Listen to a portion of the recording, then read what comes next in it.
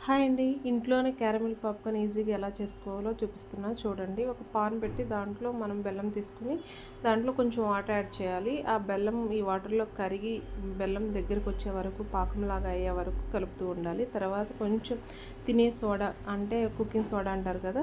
దాన్ని యాడ్ చేయాలి. అది యాడ్ చేసిన వెంటనే ఇలా బురుజులాగా వస్తుంది. బెల్లం పాకం అంతా దగ్గరికి అవుతుంది. నెక్స్ట్ పాప్‌కార్న్ దీంట్లో యాడ్ చేయాలి. ఈ పాప్‌కార్న్ ఎలా తయారు చేసుకోవాలి ఇంట్లో 5 మినిట్స్‌లో ఈజీగా తయారు చేసుకోవడం అనేది ఒక షార్ట్ వీడియో పెట్టాను. చూడండి. తయారు చేసుకున్న పాప్‌కార్న్ ఈ బెల్లం పాకంలో వేసి మంచిగా కలుపుతూ ఉండాలి. ఒక 5 మినిట్స్ కలుపుతూ ఉంటే మొత్తం అంతా బెల్లం పాకం ఈ పాప్‌కార్న్‌కి పడుతుంది.